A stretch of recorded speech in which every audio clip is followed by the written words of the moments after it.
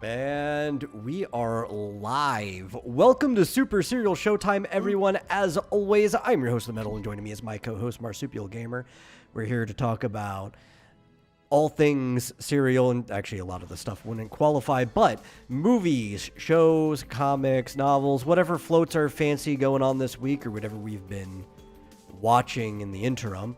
So, buckle up, share the stream out with somebody else, get more people in here, and hey, if you happen to fancy it yourself, you can always give a donation to streamlabs.com/vomitoriumlive.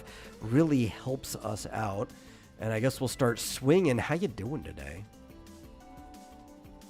I'm just fine and dandy. Yeah, Am I on the right mic this time? I think so. Actually, at my desk. Imagine that. It's hard to imagine. I'm happy because the house is nice and cool. Oh, yeah. You got up to 87 in here yesterday. Did you get that the guy said that they're going to have to replace the entire air conditioning system?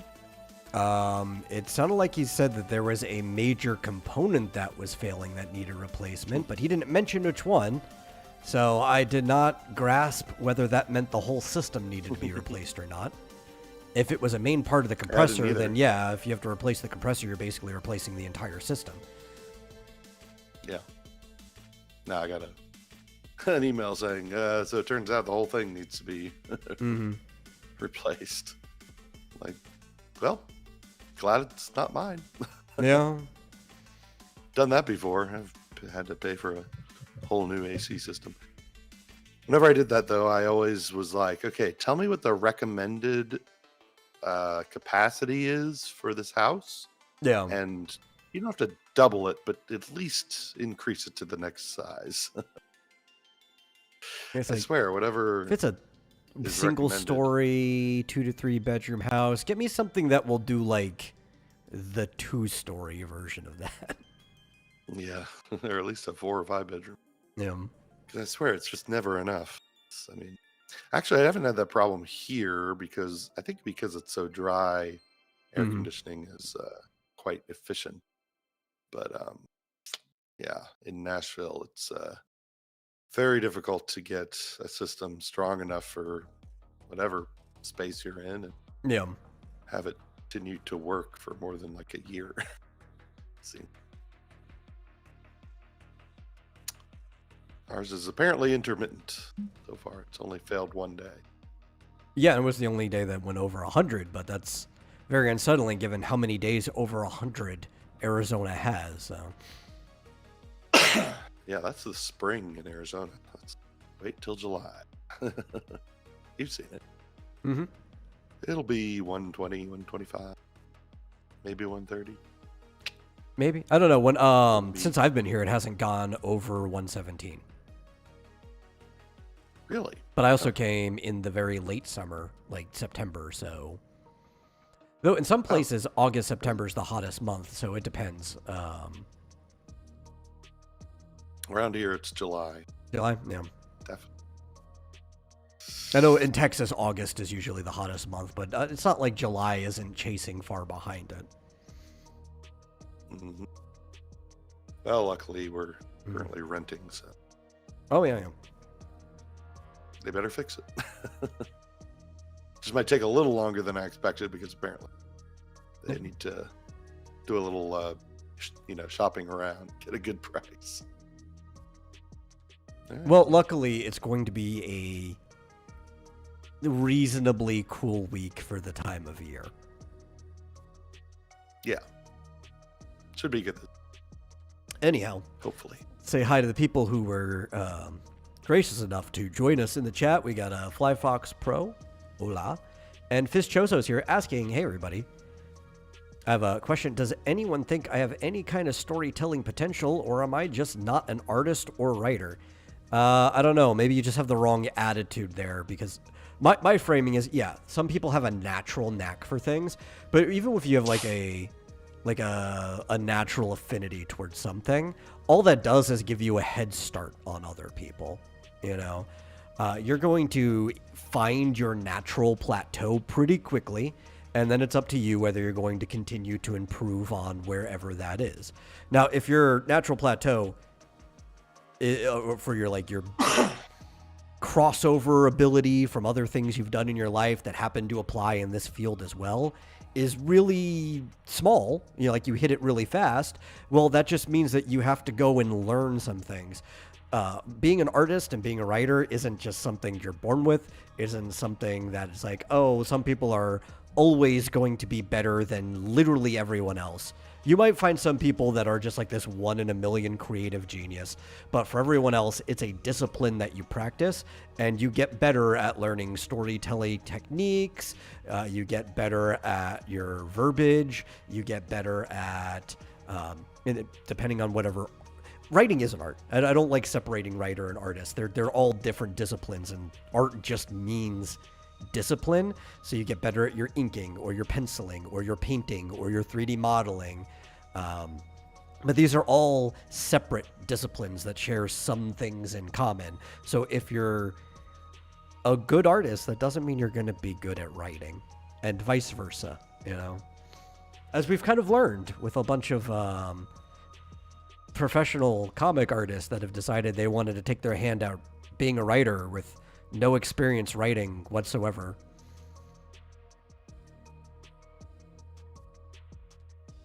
Yeah, you can't expect to be great on day one, but on even the other different hand, types of writing are different disciplines, right? It's like one I always like to bring up is Stephen King, who is an excellent novelist. He's really good. He's one of the best consistent people at using the active voice. It's not the only way to write, people, but it is one of the easiest ways to get people engaged in what you're writing is if you're using the active voice. But he's a horrible screenwriter and a horrible director. And I don't think he has to be a horrible screenwriter. He just takes to screenwriting like he does to noveling. He's never bothered to actually study what goes into writing for the screen. Yeah. But he hasn't directed very many of his movies, right? He personally directed at least 2 of them, but a lot of the times he's just like executive producer, executive director role where he wrote the manuscript for an adaptation of his thing, and then he'll hire somebody else to direct it. But some of the TV ones, yeah, he was the director on it. Yeah. You can usually tell they're the worst ones. Yeah. But they're all just different disciplines, and you got to practice it, Like said, nobody starts out great at anything, really.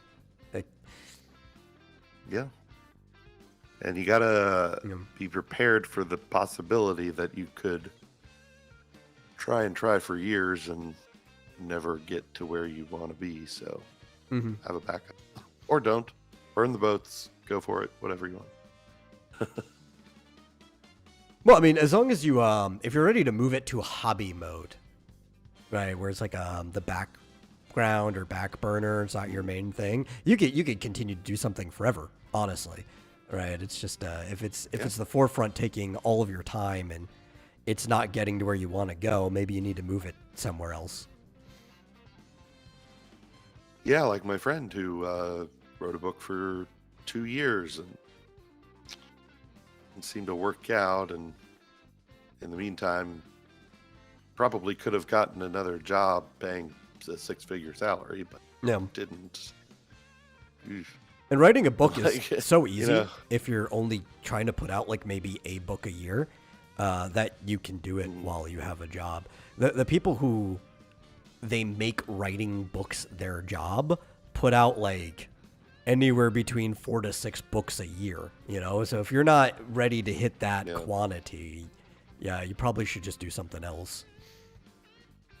Yeah, I remember meeting somebody who, a tech writer who wrote, a bunch of, good selling books about, Microsoft products and stuff like that, rocks and, what's the other? I don't remember. There are a few publishers of these. tech books. And somebody asked him, and he had a regular job too outside of writing the books. And somebody asked him, how do you have time for just a 9-to-5 job and putting out at least a book a year? Yeah. And he said, I don't watch TV.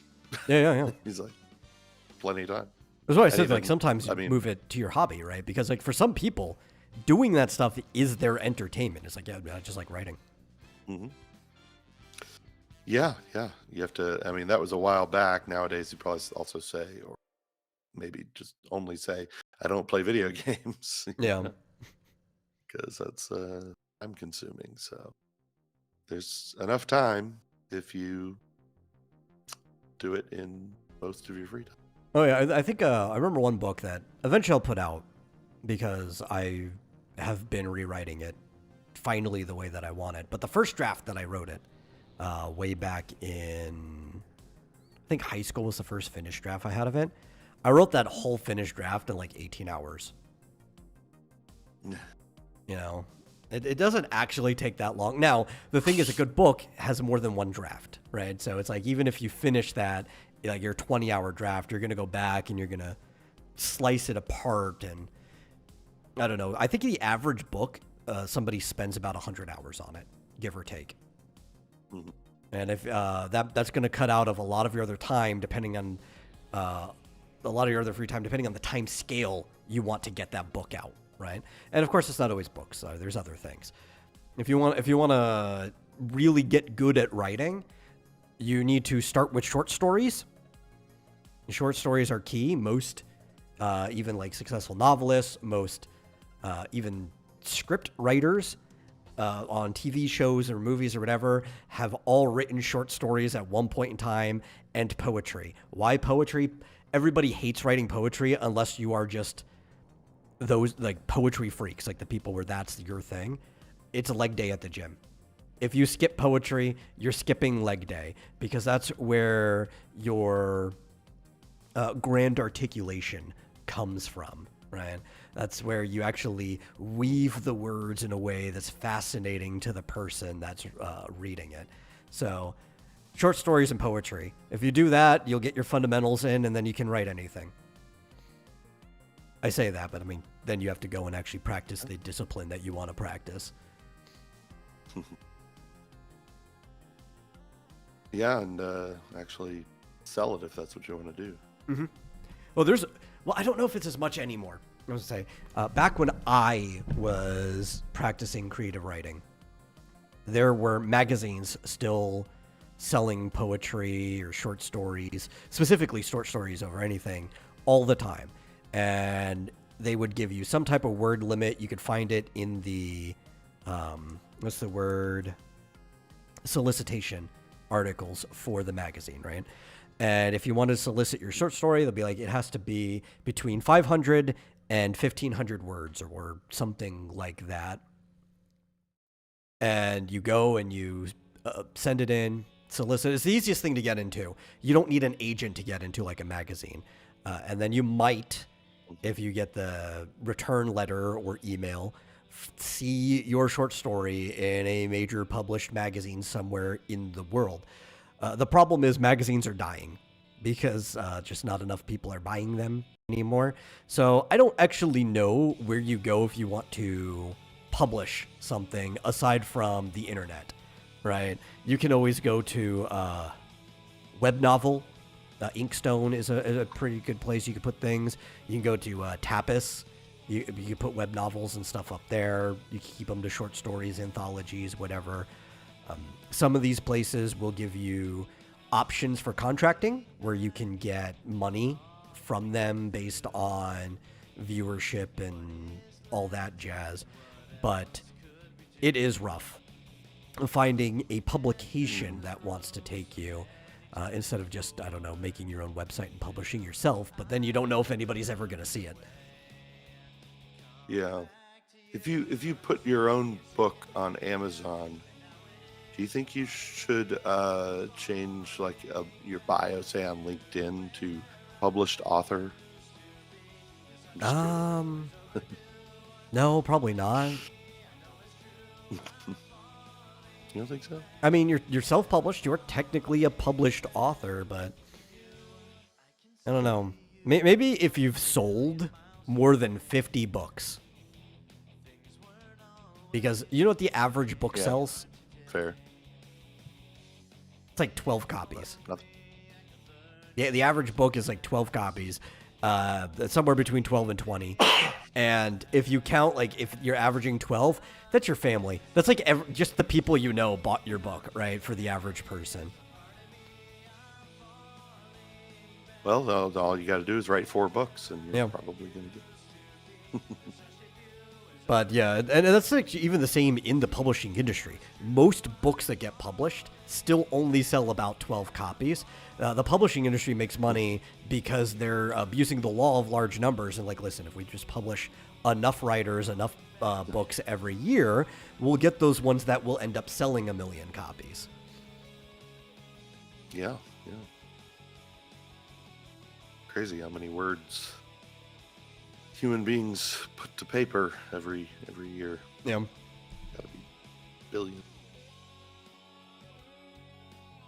Yeah. Well, Fizz even says, the problem is it's hard to even care about writing something when you are writing something you were never interested in writing in the first place. Well, you know what? Suck it up. I'm not saying like the big thing you got to work on has to be something you're not interested in, but when you're learning to write, everyone writes things they're not interested in. That's called homework. You know, that's how you get better at things, right? Not everybody's interested in running a mile, but if you want to be an athlete, you need to go and run your mile, no matter what thing you're doing athletically, right? Even swimmers go and they'll run a mile occasionally just to make sure that they're not just getting everything from swimming. And that's a full body exercise where you could just do only swimming. Yeah, just go write some shorter things, especially when it's short, right? If you're learning off of shorter things, it's not hard to write something you don't want to write when it's less than 5,000 words. I could pump out 5,000 words like it's nobody's business. I'd have you a chapter tomorrow, about something I don't even give a shit about. And then you get better, and then you can write whatever you want. Because the fact is, when you are unskilled, you don't even realize what you're missing, like what the gap is between you and somebody skilled. Like you lack the sight, like the ability to tell how unskilled you are. So you got to do all of your fundamentals. And then you can start to be like, oh man, even this idea I had, it wasn't a bad idea, but there was nothing good about me doing the idea. But now I can do it. Yeah. You do tend to get better. So what do you got? I was going to say I watched the latest episode of Yandere Dark Elf. She followed me from another world. My condolences. And yeah. And Sakura, the shy little blonde girl, decided to bring her baby cousin around to visit Hinata and Maribel. And Maribel immediately jumped to the conclusion that the two of them had had a baby. I don't know how that would have worked, but no, they took care of a baby all day. We'll just say Maribel certainly makes a good wet nurse. Decent nurse. Are you enjoying this show? I'm very much enjoying it. Oh, okay. Yes. Okay. It's kind of hilarious. It's only like each episode is like 14 minutes long, 15 minutes. So yeah, I think I've mentioned it. That funny sounds like a little vignette. webisode almost. Yeah. I'm very curious to know like where it's going to go, because it's like, this kid Hinata. I mean, I guess his parents died, so he's all alone, but he's only like 14. And this elf woman is, I don't know, she's probably 1,000 or something, but she looks like she's about 30. Not uncommon for kids to live alone in Japan. Probably the benefit of being in what was at least formerly a high trust society. There's some strains on that high trust society now, but at least before 5 years ago, it was a high trust society for the last 50 or 60 years, you know? So it's like, you say kid's parents died, it doesn't shock me that he's just living by himself, because sometimes if parents will scrape hard so their kid can go to like a better high school or whatever than the one that they're currently at, they'll just put them in an apartment by themselves in that other city, you know? Yeah, well, I guess unfortunately for him, he's, you know, definitely has the mind of a child, because he's apparently not interested in poor Belle. I think it's funny that the main character, the female's name is Belle, and I've been, you know, watched Don Machi, where the main character's name is Belle. He's more like Kanata, the main boy character. Very innocent, but yep. So she got to learn how to change diapers, and generally, of course, wanted to have 10 babies with Hinata immediately. But that was pretty much diapers. It's super easy. It's like, you know, because everybody is scared of it, obviously, right? Yeah. And then the boy can get a little messy sometimes. But like, I think most people who have an issue with that, it's like they're in their head about it, right? You're fearing everything that will go wrong before it happens, and you just have to like dive in and get it done, and it's like it was over before you knew it. Yeah. It's I think you know, the universe sort of gives you a crash course right away, because you don't have a choice. First ones are the grossest, pretty much the worst. Well, not the worst you'll ever see, but it's not that bad because it doesn't stink, but it is pretty difficult. Yeah, at least baby poop doesn't stink. Well, for like the first week or so. Yeah, because their colons are new. They haven't had any buildup in there yet, so. But yes, anyway, yeah, that's pretty much all that happened. It was, you know, these are very short episodes. I kind of miss the short episode. Like, it's cool that somebody's doing that. You wouldn't often get that on TV, though occasionally you would. But like I said, it used to be very common during the aughts to have basically like webisodes, where this whole series would just be up on the web and you could catch it during the week that it aired, and then like you just have to wait until DVD release. There were a lot of really good ones. Yeah, it's like I was gonna say, it's like the Guild. You know, they'd be very short. They're almost always less than 10 minutes long. Usually, sometimes like 5. Yeah.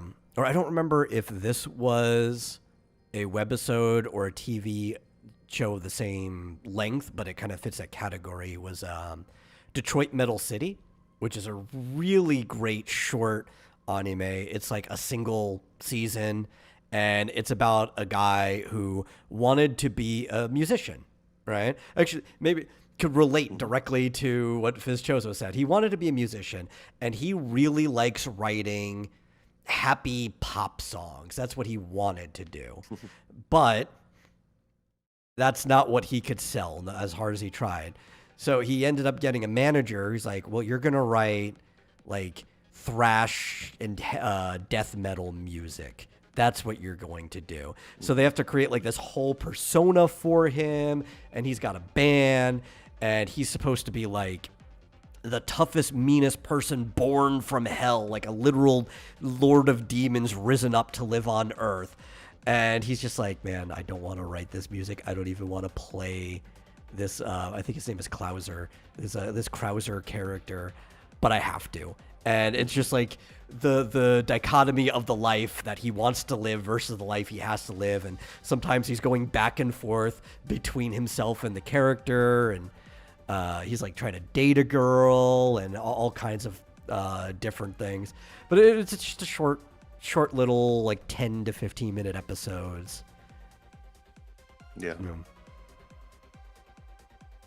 Yeah, even if you read the synopsis of each episode, it's like, oh, like nothing happened in that. Oh yeah. It's like a bit, right? It's like you could have taken each episode out of like Calvin and Hobbes length comic and then just stretch it out to 10 minutes. That's pretty much what it is. Yeah. This is definitely Fistrozo's worst nightmare. This show. It's just really just nothing but excuses for nudity and inappropriate sexual content. Yeah. But I think it's a good length. Talk about whenever I watch an episode. Like short stories, right? Yeah. That it if you don't necessarily even maybe have the strongest thing, because like that show, it could probably be fun in those 15-minute sections for the episode. But I can imagine how draining it might be if they were even like the normal full length, because you might run out of bits really fast, right? Yeah, I kind of want to just see them go back to the fantasy world and actually to have a quest to do. Here it's a slice of life where none of the characters are particularly interesting. They're just, the girls are incredibly hot and they like to take off their clothes, and that's about it. That's the show. It's also why I don't watch it, Yeah. Anyway, moving on. Yeah. Is that all you had you want to talk about, or?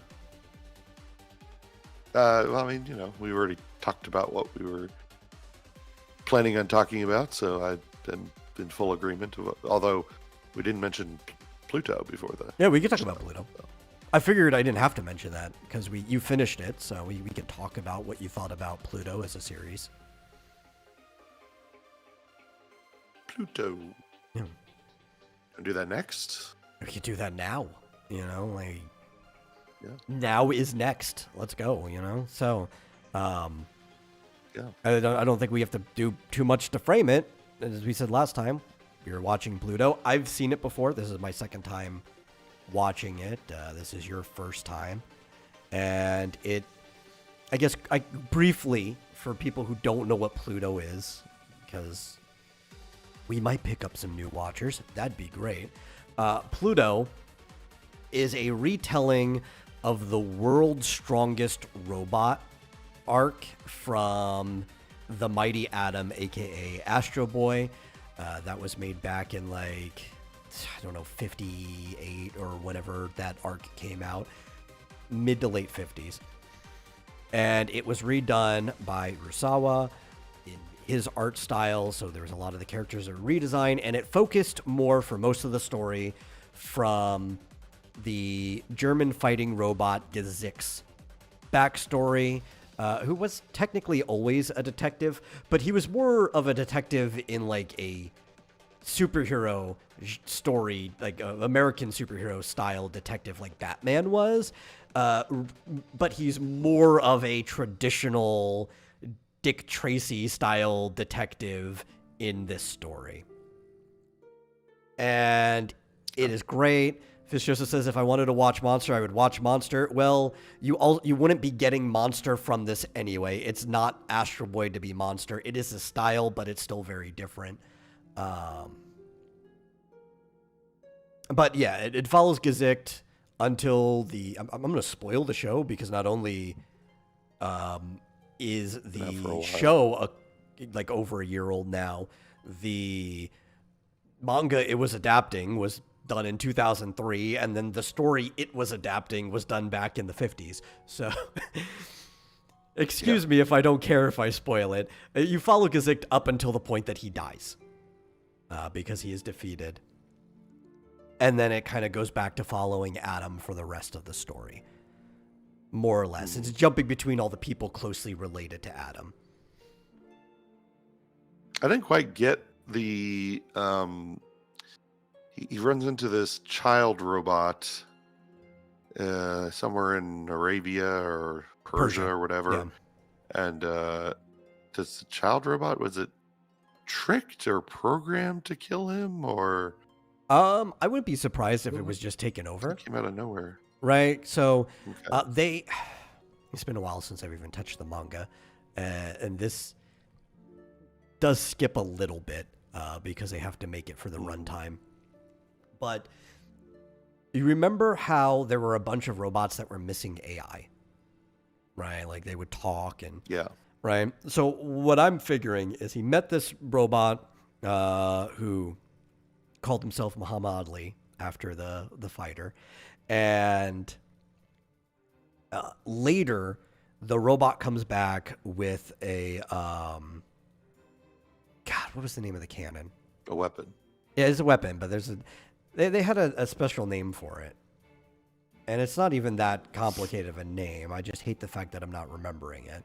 But anyway. It's kind of like a rocket launcher. Yes, it's definitely like a rocket launcher. Mm-hmm. But he has the cannon replacing his arm. So I'm thinking in between there, since we never get to see Ali's little like AI compartment like we do with the other ones, that Ali was just taken over by Goji, who was there the whole time, right? Goji was already in the same room as him when he was talking to Ali the first time. Right. But and the other, I know we're kind of jumping to the end, but the other question that I had, and it might have had, well, no, I was awake the whole time, and when they talked about this, but I didn't quite understand. Goji is that guy, right, who died in the war and then had his mind Yes. turned into an AI and put in a robot. So he was a robot the whole time. He didn't know it. Was it that they split his mind in two, or was it just his? Was it his son who became Pluto? So there's two different. Yes, Sahad and Pluto are the same person. So there were two different AI. Right. There was Sahad's, and there was Goji is the more appropriate name. That's what he was called back in the original Mighty Atom. I'm trying to remember what his human name was, the guy that the robot was modeled after. That's what they called him the whole time, was Dr. something or other. Goji is the more important name, though, because then you know you're talking about the robot himself. So there was two of them there, and Goji became Bora. Right. And Bora was the robot that they talked about earlier, Dr. Tenma created with the personalities of every human being on Earth. No. Bora was the terraforming robot. Goji is actually the robot that was made with all the personalities on Earth, where he had to pick one. Oh. And remember, they introduced suffering, gotcha. So introducing the doctor's memories that he put onto the memory chip is what made the robot choose a personality, and he chose the doctor, which is why he lied to himself and thought he was the doctor the whole time. But he was always just that robot, yeah.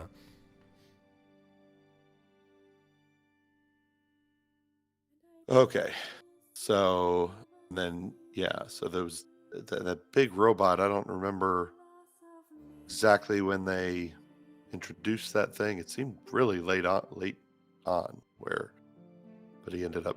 They foreshadowed it a few times. Destroy the world. The Bora fact-finding mission was always related to that robot. All of the broken robots they found were attempts at making Bora. The little kid that was at Epsilon's place kept saying Bora, because when we even see a flashback of him, you see this giant silhouette in the smoke from when he was back in the Persian War. So they were foreshadowing Bora many times throughout the whole series. Okay. Got it. Yeah, I'm trying to find... Is it Professor Abdullah? Abdullah, that was it. Abdullah. I knew it started with an A. That was like in my head, but I couldn't remember. Mm-hmm. Yeah. But Abdullah was Goji the whole time, because Abdullah was dead before we ever met him. Right. And Pluto, somehow, it was this other robot that had come from Persia just to study, and he studied plants or something. Well, calling him Abdullah's son is, to some degree, is appropriate. Yeah, he was one of the people that worked on the project for Sahad. He wasn't the son that Abdullah lost, though. That he didn't actually ever consider Sahad his son. He was just... There were several doctors that worked on Sahad. Hmm. Though apparently So Abula's anyway, it son was a was a bit robot confusing. because he was holding a broken robot when he always talks about the son he lost. Yeah, that was weird. Was that a manufactured memory or? No, I think it was because you're talking about his son. I just think like Mhm. in the same way that not Tenma, because Tenma considers Adam his son because he literally built Adam to replace his son Tobio, but the way that the other doctor treats Uran, right? Where it's like, I built this boy myself, I'm treating him like a son. And he was just as emotionally attached to the robot as his own son would be, you know? So anyway, yeah, kind of wanted to cover those things that I was confused about. But Mm-hmm. yeah, it was very, it kind of jumped around a lot throughout the series, and it all kind of like, all these different threads came together at the end. So that was pretty cool. Yeah. But you really got to pay attention the whole time, and preferably not fall asleep halfway through or Yeah. 3/4 of the way through any of the episodes. But and there's like the episode when Uran runs into that seemingly homeless guy who suddenly he just had this desire to make flowers grow, and then Yeah, because he was and it turned out to be actually Pluto. Sahara. Yeah. Yeah. And then it was like, so wait, what's going on here? And then they kind of forget about it, and then they come back and they go over what happened to Sahat, and then Mm-hmm. I guess became Pluto, and it's just it's complex. I would say it's complex storytelling. Yeah. So it's not It's a one type of of those things where story you that can really turn off your brain. Yeah. Like, not only do you have to pay attention, it's a type of story that could only be told by somebody who has been writing for a while. Yeah. Yeah. Yeah. You can definitely see the skill in taking these essentially, like there's more than 7 different threads seemingly. And there's just 7 robots, but 6 plus Adam, but there's a few other threads going in different directions, and it all just kind of comes together in one thing. Yeah, and it takes a certain level of skill, not just to do that, but to basically take it out of somebody else's story, right? Because if you look at the original, The World's Strongest Robot arc, it's basically the original battle shonen arc in the history of manga, right? You've got these 7 top robots in the world, and this guy, it's basically the Cell games way before the Cell games ever happened. That this robot is built to take them out, to be the strongest thing, and he's going through the list one after each other, almost in order of how strong the robots are, which is why, at least to the point that Adam gets taken out originally, he's not the last one he fights, because nobody thought Adam was the strongest robot in the world at that time. He gets stronger. Right. Yeah. He's just the most advanced in that he's the best at emulating humans, basically. But it's interesting because I didn't know the story, and a couple times you said something about not everybody knows Pluto. I was like, Yeah. I don't know that. I don't know anything about that. I kind of recognize the horns. Like, I've seen that sort of, iconic imagery before, and just didn't know where it came from. Yeah. So, I sort of, in a roundabout way, knew of it, but didn't know anything about the story or any of these characters. I feel like the one Astro Boy, I think it was a movie that I'd seen, really felt like the movie AI, where he was like outcast and kind of wandering the wilderness, and then sort of finds himself. Yeah, I don't think I've seen that. That sounds not like a good use of Astro Boy as a character. Unless I am actually conflating the two. Yeah. It's possible. It's been a long, long time since I've watched the one and only thing I'd ever watched with Astro Boy. Yeah. Because Astro Boy at his core, he's just a superhero, right? Like, if you ever go and watch the TV show or whatever, it's like this is just a robot superhero, flies around, punches the bad guys. Yeah. Well, I concur with Jozo. AI is not that good of a movie. I 100% disagree. It's 100% agree with you. Yeah. I was going to call it a poor man's Pinocchio, but if anything, it's actually a rich man's Pinocchio because rich people will pay a lot of money for things that aren't that good. It keeps. It's like it's not even ashamed of it. It's like keeps throwing nods to Pinocchio the entire time, even with the blue fairy, and like they outright mention the story in the movie AI. Yeah, right. Of course, they mentioned Pinocchio in this series. Yes, right? yes, they did. But it was confusing, and there was, throughout the whole thing, there was this, I guess, kind of like a serial killer robot that had been destroyed essentially by Astro Boy. Oh, Brow. Yeah. Yeah. I mean, he was, I guess, he's the first robot that ever killed a person. Yeah, and he was a sort of definitely a what do you call it? A Hannibal Lecter type. Yeah. Right. He was watching everything. He kind of knew what all was going on from his cell where he was broken down and couldn't really move anything but his arm. But and seemingly incredibly intelligent, and yeah, they kept coming to talk to him to ask questions. And it's definitely Hannibal Lecter, right? I mean, that's seemed like. Yeah, there's probably some referential nature to that. Yeah.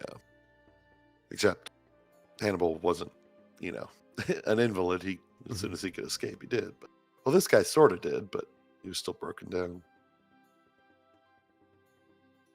So that was interesting. And then, yeah, I kind of like that story about North Number 2. Yeah, North Number 2 is a cool character. He's only in one episode, but he's like, he was this war robot who was tasked with essentially being the butler of this musician or classical pianist who absolutely hated him. There was a composer for like movies and stuff. Composer. Yeah. Right. But, he basically said North Number 2 expressed that he hated who he was and wanted to learn to play the piano and be peaceful, and eventually the guy kind of warmed up to him. Just in time for him to die. That was the end. That's right. This is very sad, but I liked that little that episode. I liked a lot. I don't quite understand after you showed me what Epsilon was originally. Okay, so I like. actually did. I got them backwards. Why? That was the second Epsilon. Oh, okay. Okay. So it was originally a man. Yeah. But he had like a weird unicorn horn on his head. You know, like it was like a unicorn horn. It was like a receiver almost, right? Like you have in the middle of a satellite dish or like a ray gun or whatever, just on his head, and like these big, like black wing type things for his face, or it's like a weird shape. I didn't like the design of Epsilon, so it's like I kind of get it, but at the same time, yeah, it was like a weird cowl looking thing, whatever. I don't know, a cape. It was weird. He did watch children though, like he did run like an orphanage in the like original version of the story, so that was kept. Mm-hmm. Well, I liked this version of him. He looked more normal, and he's like the only one that I don't know. Maybe I was fine with this change. Like I was telling you, what's his name? The Mont Blanc was probably the one who looked the closest to Tezuka's design of him, because he already weirdly has like a rooster face and big body. Anyway, they didn't change that at all. North Number 2 isn't that different, I guess, when he takes off the cape. his head is a little bit more human shape instead of like the bizarre, weirdly rounded shape, and he's got like 6 arms, so he was like more or less the same. Gezicht was like big, brawny guy, which I guess, I mean, he still was a big brawny guy, but because the way he was drawn, he had more of like a Detective Bullock shape to his body, from like Batman, and he had cannons in his chest and wore sunglasses all the time. Like he would just take his shirt off so his like cannons would come out of his chest. Because it looked pretty badass. Yeah, in he was not like Tessica's, that. No. Instead, his arms turned into his he had cannons, like Mega Man style or whatever. Yeah, did he have 2 or 1? He had 2 different ones. He had one that was for like human personnel or whatever, like the one that shot out the gas that would incapacitate things, and I think it also had a laser at the top that was for precision if he needed to, and then he had his actual like zirconium destruction cannon on the other arm. Yeah. I liked him as a sort of detective type. He seemed pretty tall, so kind of imposing. It was they didn't tell you his real backstory until late in the series, and it was like incredibly sad. Yeah. But it kind of explained everything and explained why his personality was able to wake up Astro Boy at the end. He's a good protagonist for most of the show. One thing I will give to the credit of like Urasawa's art style, right, is that if they had to go with anybody who had a more realistic art style like he does, right, something that's closer to human proportions, details in the face and stuff, he was definitely the best one they could ever go to draw a story like that. Because he's the only one that would make the noses remotely big enough. Like everybody else would just normalize all the noses, but like Tezuka's known for having like these big bulbous noses on his characters, and I even thought like specifically Tenma's could have been a little bit bigger, but overall, keep going. Yeah. Overall, I think he did it more justice than most other people would. Because he's willing to just like really lean in to the features that make somebody distinct. Like if you watch or read Monster, you'll notice that like with like really German people will have their like big German noses, and that's just like something he normally does in his art. We watched a movie that involved a lot of very large bulbous noses, a lot of characters. I'm trying to think which movie. Almost grotesque. It was a Studio Ghibli movie. Oh, that's right. We watched The Boy and the Heron. I already forgot that we watched that. It was a great movie, though. Yeah. Started out with that heron, like the nose started sticking out through the beak, and I was like, oh, that's really. Till we realized there's actually like a guy inside the heron. Yeah. Yeah. Yeah. It's a lot of characters with large noses. But before we get to that, overall, so not knowing the original story, which sounds a bit bland to me. I mean, I'm sure they made it exciting, but the original. This seemed very intriguing. I mean, there was this whole mystery thing, and but I think that's also part of what makes it intriguing. Is if you were to read Astro Boy either at the time that story came out, or with the respect of knowing how the state of things were when it came out, it was a very exciting story for its time. Nobody's done like that type of almost shonen battle tournament arc setup before, you know? Now it's like one of the most standard things for anybody to write in a series. So taking that same story and turning it into a mystery is how you keep it fresh, right? But like, when you think about superhero comics at the same time that it came out as well, it was like par for par the same level of action that you would have gotten in the mid to late 50s over here in the West too. Yeah, I will say that there wasn't there wasn't a lot of action in this. I mean, there were scenes. Most of them seemed to take place inside of a tornado where you couldn't really see anything. So, and I think that was for the mystery aspect, right? And I was saying this as well, especially near like the last episode. It's like everybody knows what Pluto looks like. This character, this is old story. Why are you waiting until like the very end of the next to last episode to reveal the way Pluto looks? It's like, oh, but the big reveal is my redesign. Yeah.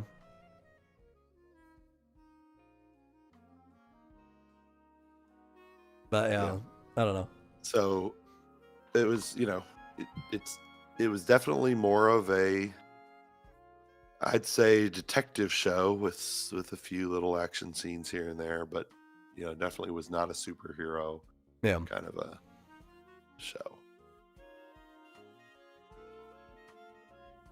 At least not until maybe the very end. Yeah. Because I think from like Epsilon's fight and on, it does feel more like a superhero show. But that's basically the end of the series. Yeah, like the last 2 episodes. Yeah. It was kind of cool when Astro Boy finally confronts Pluto. He just like beats the shit full out power, of him. and it's just he's just like having a conversation. He's like, I'm gonna rip off this horn and talk about some more stuff. And you got this arm over here, no problem. He's very nonchalant about ripping the shit out of him, ripping him apart. Yeah. Great. It's like, you want to know who the strongest robot is? It's me. Yeah. I found it very comical. It struck me as almost a parody. I don't think that was the intention. When, basically he and Pluto just both start crying, and then they're like lying there next to each other looking at the stars. Yeah. It's just like, what happened? What happened to this show? Like, it's suddenly like, we're gonna have a little so I was gonna say thing. Talking about it being on par with American comics of the same time is part of what made Astro Boy different to other stuff happening in the manga industry at the time that it came out. A lot of people, they weren't trying to make the same stories that were happening in the West. But also the subversion on top of that is because Astro Boy was supposed to be a character teaching lessons to younger kids and stuff reading it. It was very much about how, you can fight when you have to, but it's better if things are resolved emotionally, right? So it's not weird for characters to just start crying it out. Yeah. It's just funny watching the two of them just lying on their backs side by side looking at the stars. It's like, what do you think is, where did their tears come from? It's just odd. They're robots. Like, you're it's like unused hydraulic fluid or something, or but you're right. Like Epsilon totally could have beaten. He almost did beat Pluto, but he what was it? He didn't want to, or he Pluto was begging him to kill him because his life was torture, and he didn't. I guess he didn't want to do it. Yeah, he I don't know. He didn't have the resolve to kill him. He almost did though. Like, but when he realized that this wasn't a monster I was fighting, when there was a person in there, he lost some of his resolve. And then in the course of that, the person he came to save was also in danger. So he basically sacrificed himself to save him, even though if he understood what was making the tornado, maybe he could have saved everyone. He just had to have killed Pluto first. Bora was there the whole time. He was inside the thing making the big giant tornado. He would have had to kill Bora. So that was the thing that, that was the thing that was always making the tornado, I guess. I don't know. It's hard to tell because some of the tornadoes seem kind of small, but probably because Bora was a terraforming and like Earth manipulation machine. So it's possible that it was always Bora. They probably explain this more in the manga. I'd have to go back and check. The adaptation doesn't make that clear though. Only really alluding to that when you see Bora's silhouette in the tornado during that scene. Yeah, it didn't appear that Pluto had that ability to do that. So I guess it was always the two of them attacking because Pluto always seemed to show up with the tornado. So that's interesting. Actually, I didn't even think about that until just now. Yeah, and it was odd how the robots basically had human rights, but at the same time, they were still treated like robots. Well, that's because they didn't have human rights. They had robot rights, right, that were specifically tailored to the existence of the robots with humans in mind. So it's like, but, humans aren't allowed to kill other humans. That's breaking a law.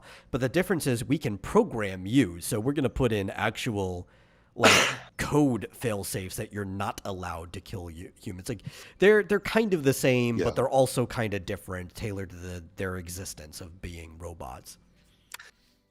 They're definitely treated like second-class citizens, and it didn't really explore that. Yeah.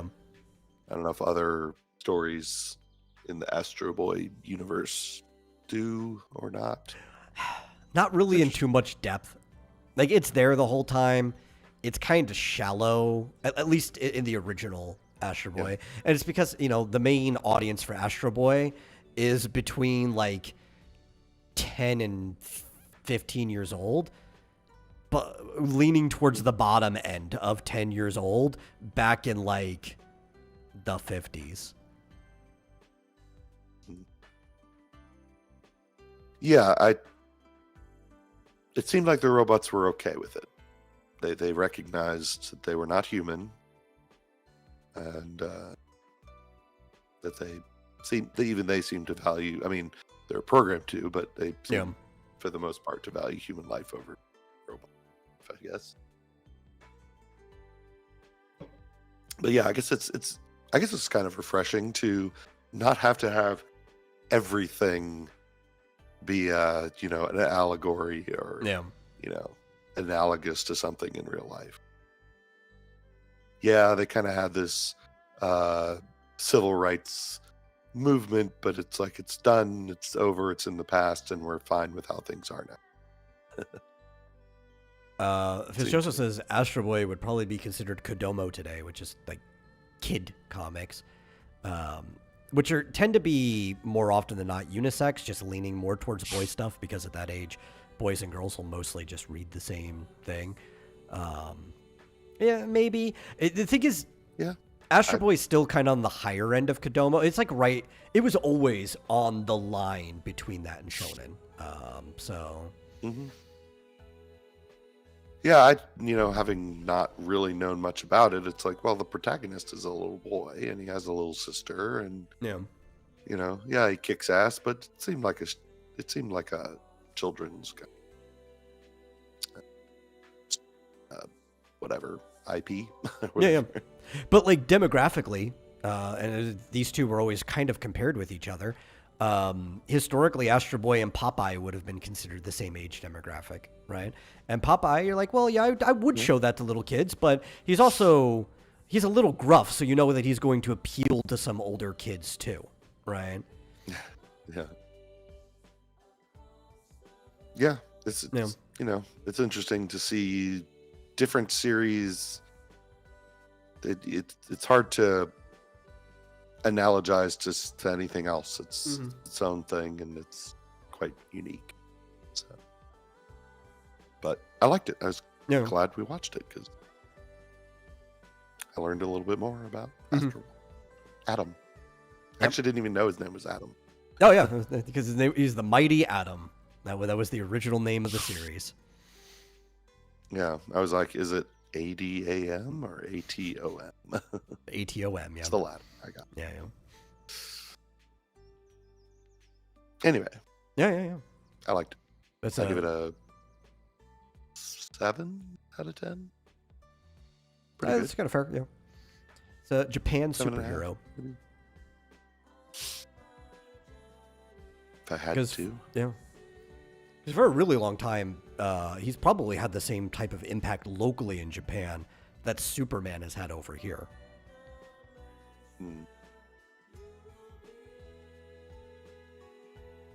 I can see that. Yeah. So the we watch a show that hasn't completed yet. I guess we watched 6 episodes because there was a. Oh, did you that's want all to there hit was, Lazarus so before far The Boy and the Heron, or? Unless you want to end with that, we could do that. Fitzgerald says, "What would happen if Astro Boy found Adam Ant? They'd probably be friends. Like the singer?" No, I think it means up and Adam Ant.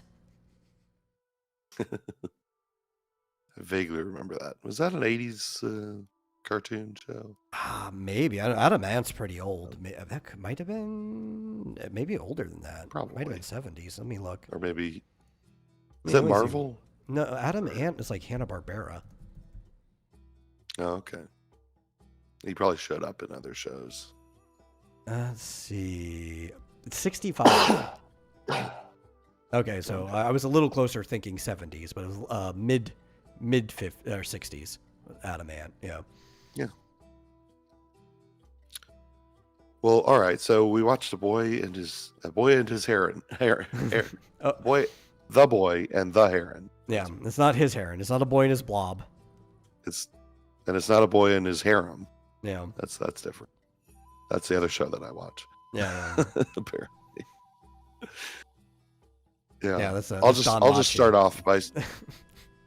Well, I was gonna say it's the Yandere Elf show. I'll just say right off the bat, you see these Ghibli shows, on Netflix all the time, and I think this may only be the second movie that I've ever just watched from beginning to end of. Yeah, but Spirited Away be the other one. Mm-hmm. But I always thought that it was a native, that he was Native American, that it took place in America, and because the whole time half his head is shaved, and he uses a bow and arrow, and so just all the imagery I'd ever seen, I was like, oh, it's interesting. He just looks very Native American. Yeah, it's like, it's not that Apparently I can't see that, right? Like, especially with you explaining it, I understand where you're coming from. I never thought that once. Yeah. Yeah, because I knew nothing about it. I'd only ever seen the imagery of him. I at least watched the bow original and trailer arrow when it was new. Yeah, I don't think I did. So I was just like, oh, cool. We're going to finally watch this Indian boy show, movie. Nope, not at all. No, like you even asked the same thing with Princess Mononoke, because the image was on there. It's like, well, is that one at least Native American? She's like, no, she's like Mowgli. She was just raised by wolves.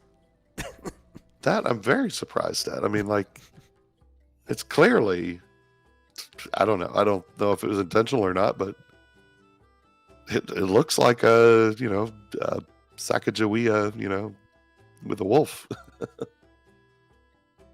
Oh well, we'll have to watch that sometime. Yeah, that's a good one. I say it's a good one. Most of the, I don't know if I've watched one that wasn't good. I wouldn't say all of them are great, but I don't think I've watched a single Hayao Miyazaki film that wasn't good. Yeah. Well, I did also find this one was very, very similar. Obviously not exactly the same, but very similar to Spirited Away. Yeah. Where not you only the plot, but like into another world type situation. Yeah. Just like the motivations and the general how the plot goes. Kind of starts out fairly normal, gets a little bit weird, and then all of a sudden he's just like in fantasy land. And he meets his mom in a very weird way. Yeah. Yeah. Yeah, I guess Was he actually time traveling, or was she time traveling to So him? I don't. the Did time just not make any sense? time doesn't make sense is a better way of looking at it. The It doesn't tower mean anything. exists all at once, really. It has like its own internal time, but it had doors that could lead to different times and stuff. And he's like, you have to make sure this is the Oh, door that right. leads to your thing. So there was a younger version of his mom that he met before everything collapsed, and she had to. It's like, well, I've got to go and become your mom. He's like, yeah, but then you're gonna die. It's like, okay, that's fine. It happens to everyone, you know. Yeah. He's like, if I don't, then I would have She never met you, couldn't, you know. So Yeah, she couldn't cause a time paradox that would, destroy half the galaxy or something. yeah, something. I don't know. Who knows? And there wasn't, so there's a little bit of Back to the Future, or maybe Back to the Future took inspiration from that. I don't know. Which one came first? I guess Back to the Future came Back to the first. Future came way first, but this is new. You know, it came out like a year ago or whenever. It was the same release as Godzilla -1. I think it came out in the theater slightly before it, maybe, and there was like overlap. They were in at the same time. Mm-hmm. But yeah, what was the name of the boy? Who's a I never remember these names. I'll have to look it up. Is it like Hayato or something like that? I'm trying to remember. Yeah. I guess he actually is in his PJs the whole. See, there's a scene where he's got like a feather. I mean, I know what the feather is now. Yeah. Feather in his hair, shaved head. I'm like, that is a Native American. I'm sorry, but that's like the official. You ever thought maybe you're just poster racist? of the I mean, that movie. might be the case. I'm just seems like it's. I Just mean, yeah, pulling your leg. I am obviously, but I know this is. I was all prepared for this epic, adventure of the. I guess we're just gonna have to go watch on the Dances with Plains of- Wolves instead. You know. Yeah, the plains of North America, but apparently not. Damn, this movie made $300 million. Yeah. Jeez. Miyazaki films always do pretty good. Yeah.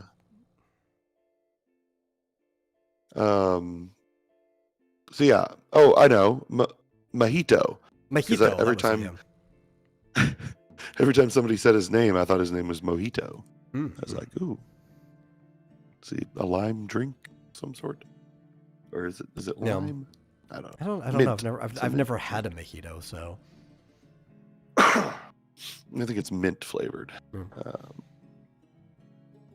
But yeah, it's a boy in Japan, during like 1942. I think it's 43. 43-ish. It's near the end of the 2 years war, before but the end. yeah, it's like right there. Yeah. But his mother died in a fire, right? Yeah. The that was- hospital caught on I fire. think it was like just a normal fire bombing, like air raid. Oh, it was related to the war. I think so. Yeah. Okay. Yeah, that makes sense because like it wasn't raining. It was not like it was lightning or anything. It Yeah. was all of a sudden, this giant building's on fire. And I thought it was interesting. His father decides And the to sirens marry. were going off too. So that's why right. I think it was an air raid. Yeah. Yeah. So his father marries his aunt, Mhm. the sister of his mom. And they go off to live somewhere else in his father's second mansion. So he's a wealthy businessman, clearly. And Well, so he ends up. he is, but I think it's only his father's mansion because it was his mother's inheritance, right? Because the way we Oh, look at I it, missed that. both his mother and his aunt, who becomes a stepmother, are the descendants of the guy who built that tower, who owned that property before. Like, I think this is family property that they were living in. Yeah. Probably during the reconstruction of the town, I would assume. Well, that was the reason why they went out there in the first place. Because afterwards, he says 2 years later, and his new brother's like 4, they're moving back to Tokyo. Right. Yeah. So I think it was a right, temporary residence because the town was on fire. Yeah. Yeah, they move out to the country, and it's clearly his aunt's home, right?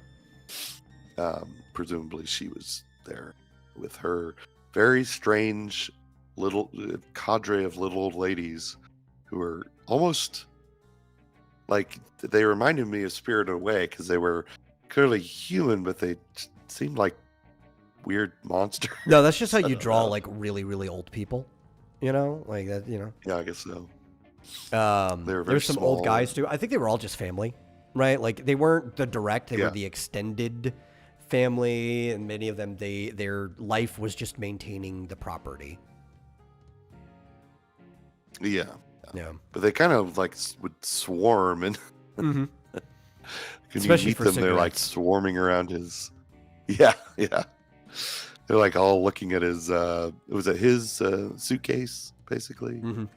They're all very curious about. That's just a weird depiction of human beings. I guess it's more common in Japanese culture. Well, it's the idea I always that thought it was a lot of people, odd. as they get old, it's like their spine compresses, they get shorter than they used to be. Yeah. And what are the two things that never stop growing on a person? Their ears and their nose, because of the cartilage. And when you're exaggerating that, you get these kind of goblin, gremlin-looking people. And that is, especially in Miyazaki's work, it's a very common depiction. But you see that in just like a lot of Japanese media. So actually, sometimes even in Western media. I mean, look at how the cartoon for like Mr. Magoo was drawn. Yeah. I always thought it odd. I'm not going to talk about this, but in Frieren, just briefly, when Himmel gets old, he goes from being like, he's not like super tall, but like maybe 5'10", 5'8" or something, to looks like 3 feet tall. He's like a little. Yeah, that same thing happened. The compression, and he lost all his height, and that doesn't always happen to everyone. It depends how you take care of yourself. But I guess Himmel just had bad genes. I've known people like that. There really was exaggerated. Yeah, obviously, but not always completely. I knew a very nice lady named Ernie. I don't know if it was short for something, maybe like Ernesta or something like that, but she went by Ernie, right? I knew her, I think, when she was like maybe late 70s. I don't know if she's still around now. I haven't talked to her in years. I hope she's doing fine, but I don't have a lot of hope that she's still around. But anyway, I saw pictures of her when she was younger, and she went from being like 5'8" or 9" to being like 5'1". She just like lost that much height in age, Yeah. Yeah. My grandparents both lived into their 90s, and I mean, but you could see that they were stooping, like they couldn't stand up straight. But I don't think that if they could have stood, or if they just lay down and you measured them from head to toe, I'd say they probably only lost a couple of, like maybe 2 inches total. But you can lose a lot depending on how like spinal compression works, especially if some of the columns end up like what's it called? Yeah, the fusing, cartilage merging. Right, the cartilage and they just merge into one bone. You lose centimeters with each one that happens to. But also if they merge in weird shapes. So if you have like internal scoliosis or whatever, you can look like you're standing straight up because of the way your body's kind of readjusted around it. But inside, there's like this snaking that you're losing inches from it. It just happens to people. Yeah. It's an interesting phenomenon. Yeah. My dad lost like 2 inches, maybe only 1, but it was, clearly directly tied to back surgery where they had to remove a disc. But I think he and my grandfather were 6 feet tall, just like me. And they lost a couple inches, but I've just never seen anyone who's lost like 2 feet. Yeah, I've never seen 2 feet. Like I said, the most I've ever seen, and I might even be slightly exaggerating, but she was close to her husband's height when she was in that picture. If I'm going to be the most generous, she was only like maybe my height, 5'6", right? But even then, that was still kind of tall. That means that the least amount that she ended up losing was anywhere between 4 to 5 inches. Right, she lost nearly half. Yeah, that seems like a lot. Yeah. Yeah. Yeah, without just like transplanting your brain into a completely different body, I don't know if you could really realistically lose more than that. But I think it's a Japanese trope. Yeah, especially. Unless you end up in like a Cotton Hill situation and like your shins were taken away and you're just moving around on your thighs. Yeah. Yeah. If it shows us 6 feet and he hopes it stays the same, well, exercise, should, take care right. of your body. Stay hydrated. That's a big part of it too. Yeah. Honestly, if my dad hadn't had a spinal disc removed, he would have been 6'1" or 6 feet till the day he died. That's really the only thing. No, he moved around and stayed active. Yeah. I mean, he worked into his 60s. Yeah. Involved. He was a surgeon. He stood all the time. And couldn't have done that if he was too out of shape. Yeah. So that kind of Got to work explains. those core muscles. Like, I don't know the reason why he had to have surgery, but it's actually pretty common that surgeons end up having back problems. And part of it is because you have to stand in that exact same position without basically moving at all for sometimes hours at end per surgery. Yeah, that and being overweight. Yeah, that'll do too. Yeah, he always, just like me, struggled with weight all his life. But, there were periods of time where he was quite fit.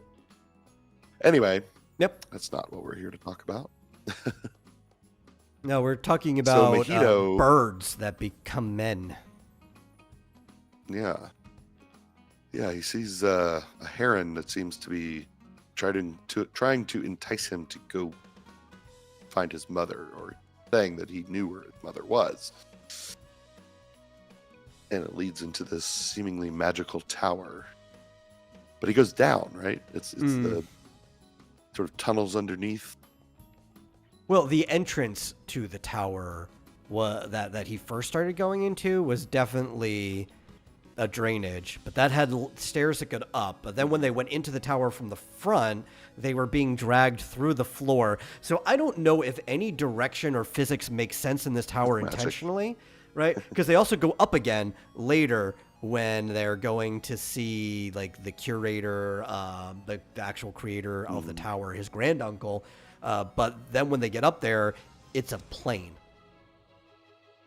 Yeah. Like, it's clearly in both sense TARDIS. of the words, right? It's like a plane of existence, but also there was a legitimate plane in there past like a rainforest. Yeah. Mm-hmm. Yeah, it's isekai. It's just a gateway to another world. Yeah. But it's like at least Wonderland it's, or Narnia or any very of those similar places. to his Oz. Yeah. I thought it was interesting that, like, I guess it was after the very first day of school, or, well, it may not have been the first day, but it depicts it like it's close to the first early days. When he goes to this new school, he like immediately gets in a fight afterwards. And then on his way home, he hits his head with a rock, like so hard he's bleeding like profusely. I guess just so he didn't have to go to school anymore. Yeah. Definitely a very traumatized. Well, I understand why they picked on him too. Like, not only is he a new exchange student, and his dad was making it worse too. I'm gonna go drop you off with a car. All the kids will be jealous. It's like, yeah, you're a rich new exchange student. You think that wasn't gonna cause trouble for your kid? Yeah. But yeah, that kind of gives him some more free time so that he can chase after this heron that does eventually morph into the ugly dude but I guess it was a heron, but yeah, he looked like a man. He looked like Wario. Part man, part heron. Yeah. Very bulbous nose. Like I feel like if you needed somebody to play him in real life, you could have casted like a slightly younger Danny DeVito to play the heron. Yeah, You know? probably.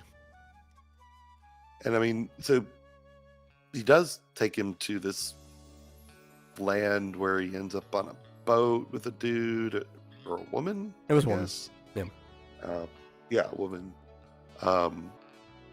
This world where there's, time is not really coherent, and I don't know. They don't. I guess I wasn't following it super close because, like, I don't really know what happened after that. It was just like he meets his mom, some stuff happens. They fight What some happened after parakeets. that? I don't know. Oh yes, I forgot about that. Yeah. Yes, the No, it really is just like that are human sized, like an Alice in Wonderland style adventure where things happen to the protagonist, and the protagonist has to kind of just work through it. And you're just, it's a series of events, right? That ones that don't even have to make sense. I mean, in the same way that Alice in Wonderland is kind of like put out. Ghibli movies are structured like dreams. Yeah, some of them definitely are, for sure. I can think of a few that aren't, but definitely Miyazaki is kind of storyboarding in a dreamlike way. Princess Mononoke was one of the ones that I would not say is structured like a dream. Kiki's Delivery Service is another one that I would say isn't structured like a dream. But Spirited Away is. This one is.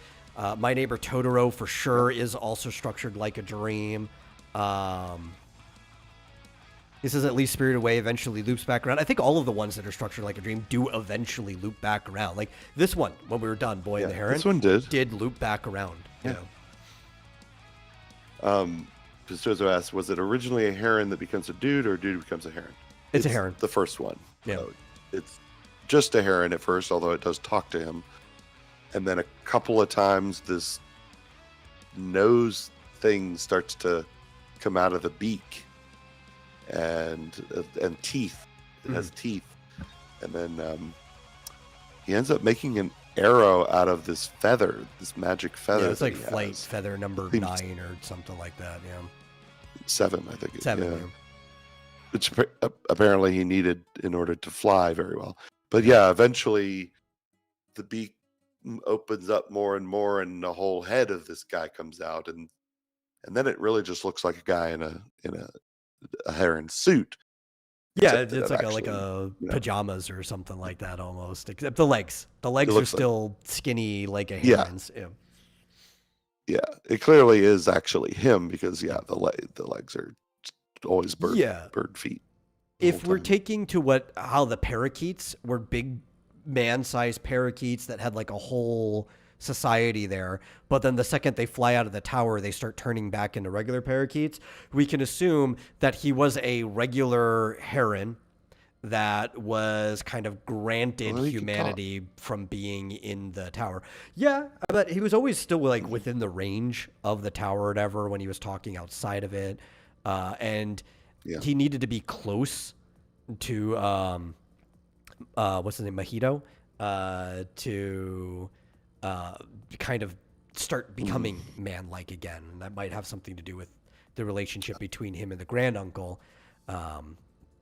But he never fully took that human form unless they were inside the castle or the tower. Right. Yeah. Okay, so now I'm kind of remembering parts of it. So this woman takes him on a boat to, was it just a house or was it a houseboat? It was like a big, kind of a house on the almost water. like a old ship, or like big wooden ship that was like grown back over. Like it had just been there for long enough that plants and stuff were growing around it. But I also don't know. Right. It could also be the ground in the shape of a ship because he digs into the top of the boat at one point. So it's like, it doesn't have to make sense. Yeah. A structure, her home. Yeah. And she has these like little marshmallow ball creatures. There's like hundreds of them.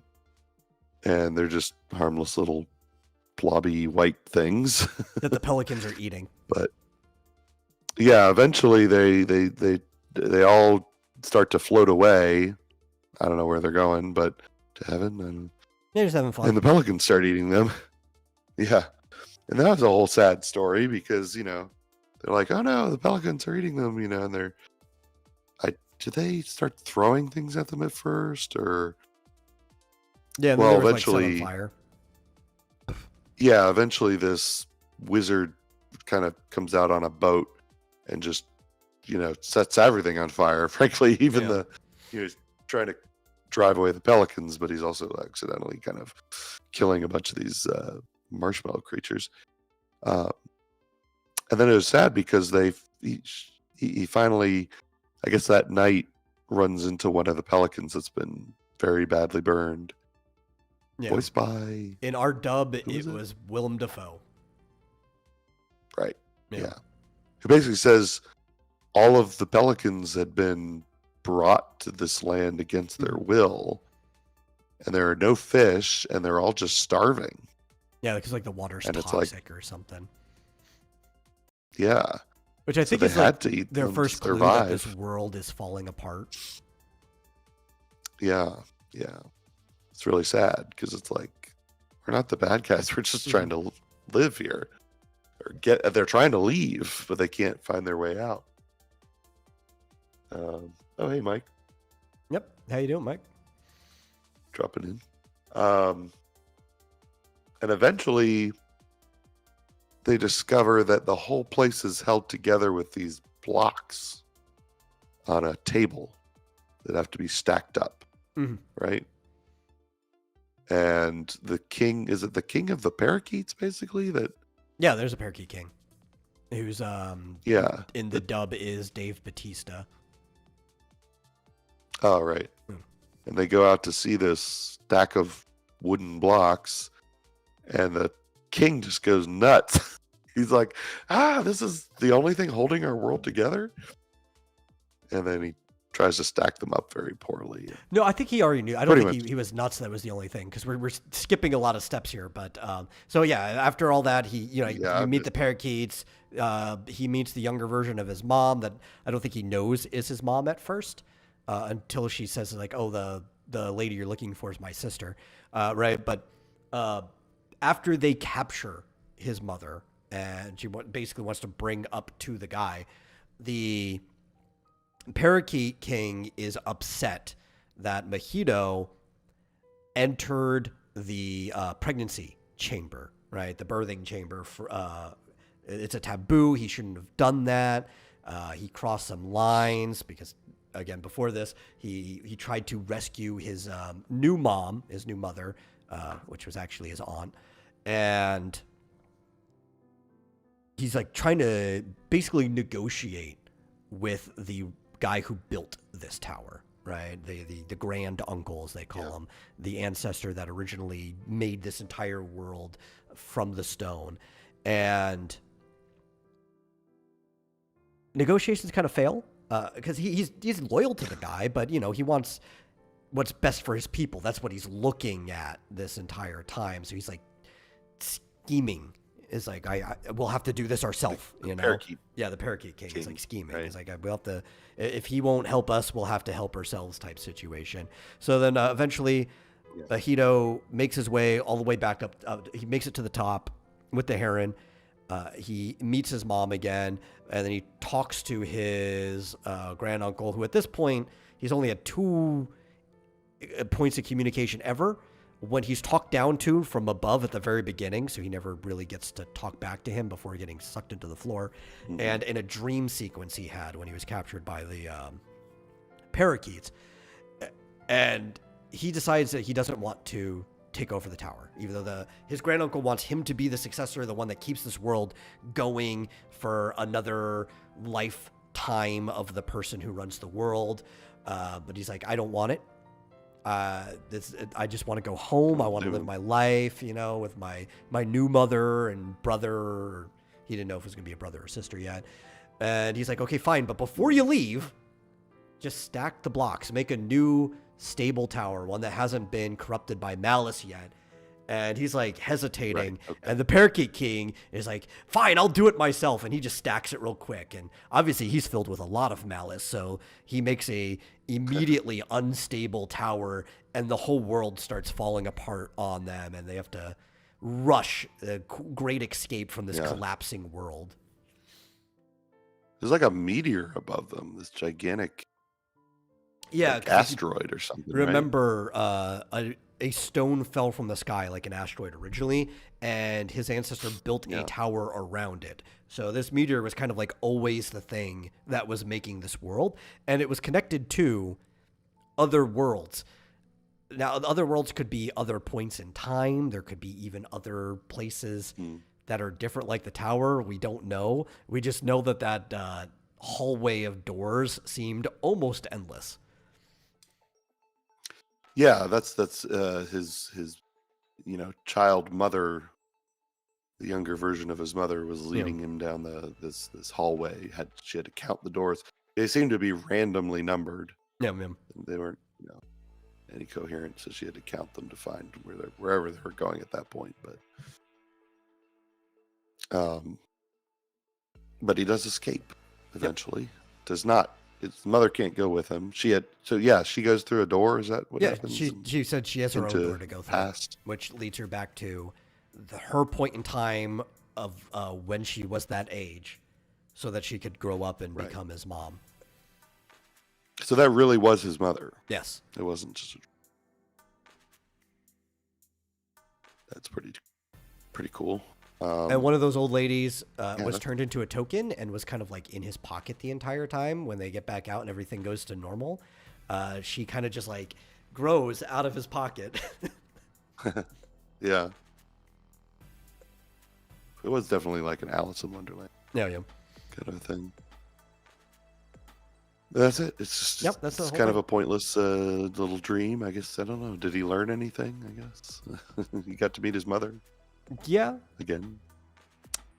I think it was one of those things about basically getting your confidence back, right? Because I think he was so stuck on the loss of his mother and how, like, even though his dad is moving on, he can't accept this new person as his mom. And, even though, like, I can understand not accepting your aunt as your mom. She already had a spot in your life, Now you're asking her to change which spots. But that happened a lot in the past. Actually, it still happens today. It's not as common in the parts of the world we're in, but it still happens today where sometimes somebody will end up marrying their spouse's sibling afterwards. And, Yeah, I don't know that it mattered all that much that no, it was his aunt. It was just not really. Well, it does matter in the fact, not to that part, right? Where about whether he'll accept her in that role, but it does matter to how the mechanics of the tower and the fact that they're family and all that stuff. Yeah, their family had some sort of magical tie to aura of some sort.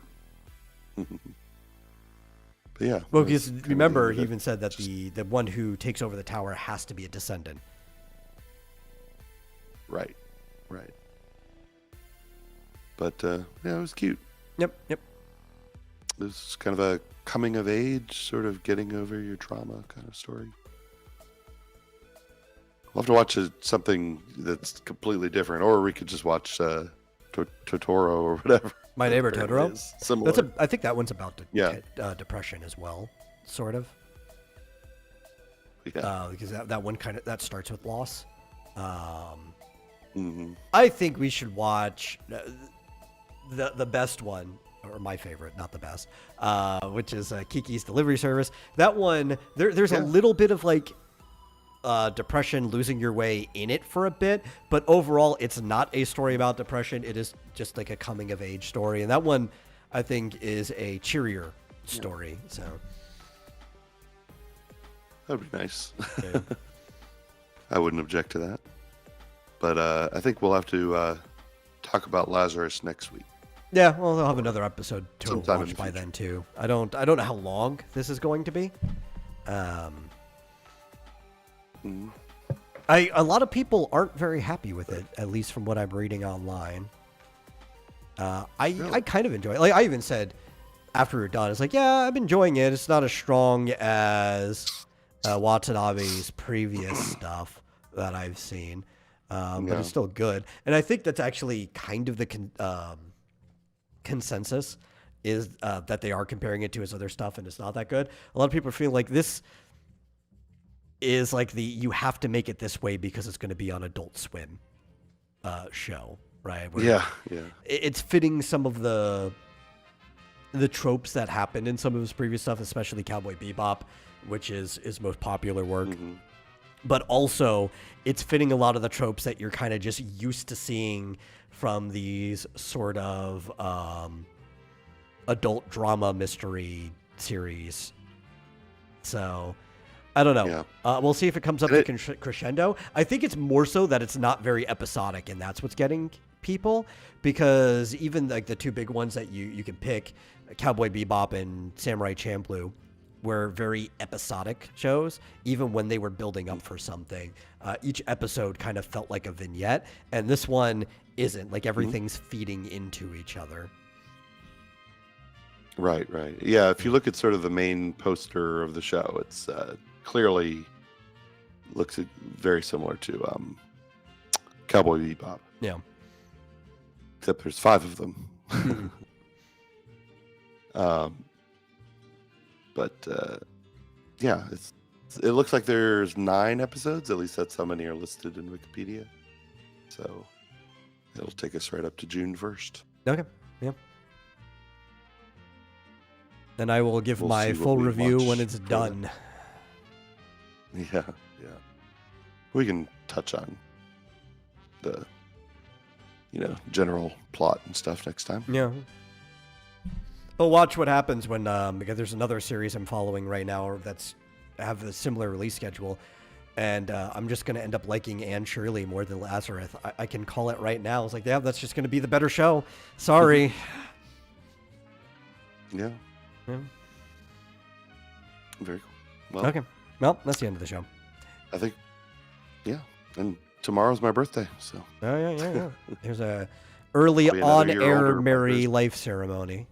Everybody can give their happy birthdays or whatever. But thank you all for watching. If you enjoyed the show, please share it out with somebody else. Get more people in here. If you really enjoyed it, want to go one step beyond, consider giving a donation to streamlabs.com/vomitoriumlive. Really helps us out. As Mike brought up in the chat, I will be on his show this Sunday. We'll be going over Holy Oaks comics from back in the day, old stuff. No, I didn't only just remember after Mike brought it up in his own stream earlier today. Yeah, but maybe I should. I was going to say I need to get going on a project that I'm fully committed to. So maybe I'll do some coding live streams if it. That'd be nice. Might be interesting. Yeah. Doing some mobile app development. Get back into live streaming. I got to get back into it sometime. Outside of this show, which I very much enjoy. But yeah. Maybe I'll do some this week. Yeah, so we'll keep that in mind, and we'll see you guys no later than Thursday. Now, Fizz asks, should I stream soon? See ya. I stream whenever you want, man. It's a grind. You only get there if you keep doing it. Yeah. I don't know if you mean soon to now. Like, we're going to go have dinner, I think. But Yeah. There's going to be an ending screen that you guys are going to see in like 3 seconds after I kill this. So, bye.